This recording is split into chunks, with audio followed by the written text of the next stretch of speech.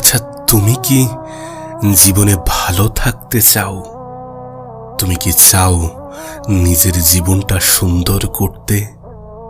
তুমি কি চাও সমস্যাগুলো থেকে দূরে থাকতে? তুমি কি সুখী হতে চাও? তাহলে ইগনোর করা শিখে নাও। কারণ সত্যি বলতে, এ পৃথিবীতে ভালো থাকতে গেলে অনেক কিছুকে ইগনোর করতে হবে। অনেক কিছু দেখেও না দেখার ভান করতে হবে, বুঝেও না বোঝার ভান করতে হবে, শুনেও না শোনার অভিনয় করতে হবে। সকলকে প্রাধান্য দেওয়ার পরিবর্তে নিজেকে গুরুত্ব দিতে হবে। তর্কে না গিয়ে চুপ থাকার অভ্যাস করতে হবে। কটু কথা এক কান দিয়ে শুনে আর এক কান দিয়ে বার করে দিতে হবে। দেখবে সমস্যার মাত্রা অনেকাংশেই কমে গেছে, জীবনের জটিলতা অনেকাংশেই কমে গেছে। শোনো, তোমাকে বলছি, এ পৃথিবীতে সুখ বলো বা শান্তি, মন খারাপ বলো বা হতাশা, এগুলো প্রত্যেকটাই এক একটা অনুভূতি। আর বিভিন্ন পরিস্থিতি, বিভিন্ন সিচুয়েশন অনুযায়ী আমাদের এই সমস্ত অনুভবগুলো হয়ে থাকে। জীবনের বিভিন্ন পর্যায়ে আমাদের এক একটা অনুভব আমাদের এক এক রকম ফিল করায়।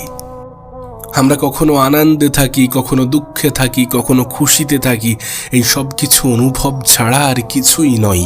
আর এই অনুভব নির্দিষ্ট কোনো ক্রাইটেরিয়ার মধ্যে বেঁধে রাখা সম্ভব নয়।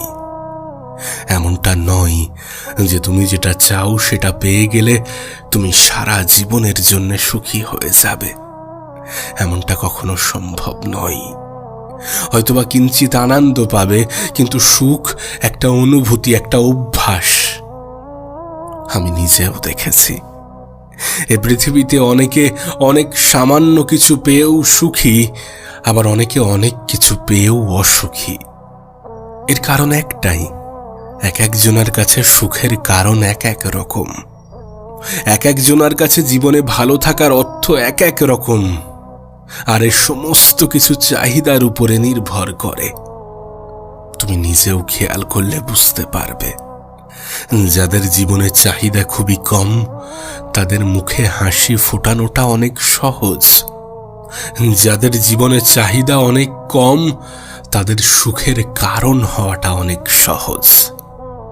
তাই যদি খুব বেশি প্রয়োজন পড়ে, তাহলে নিজের চাহিদাকে কমিয়ে আনো আর নিজেকে সময় দিতে শুরু করো।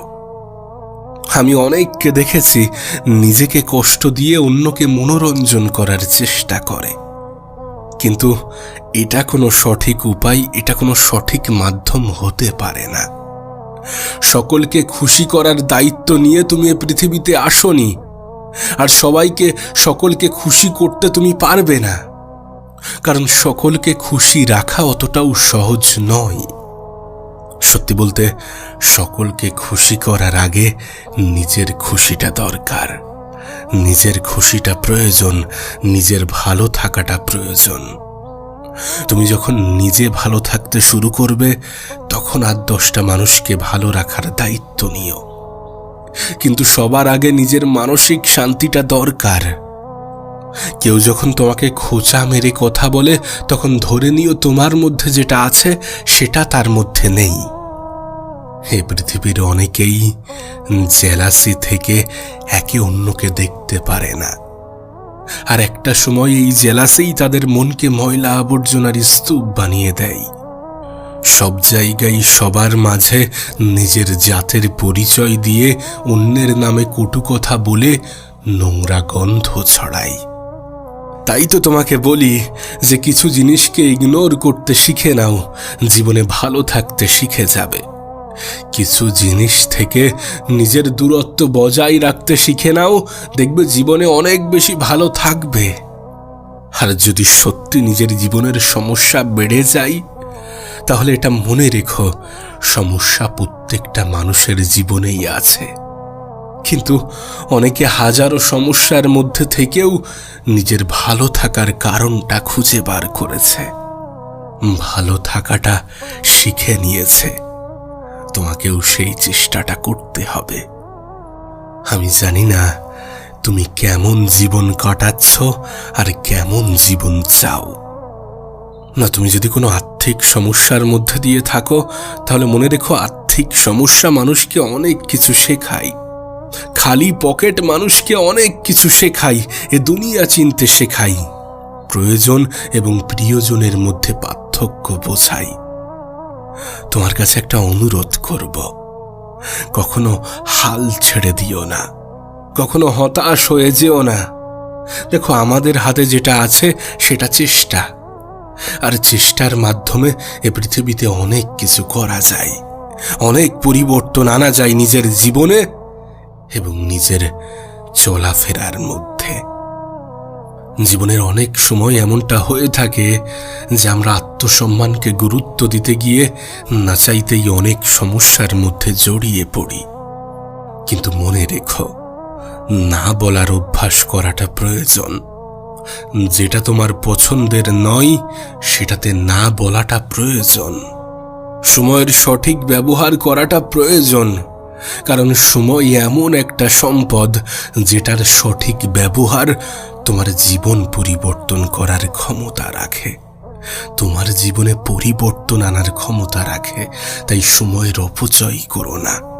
সময়কে এমন কোনো ক্ষেত্রে, এমন কোনো স্থানে ব্যয় করো না যেটা পরবর্তীতে আফসোসের কারণ হয়।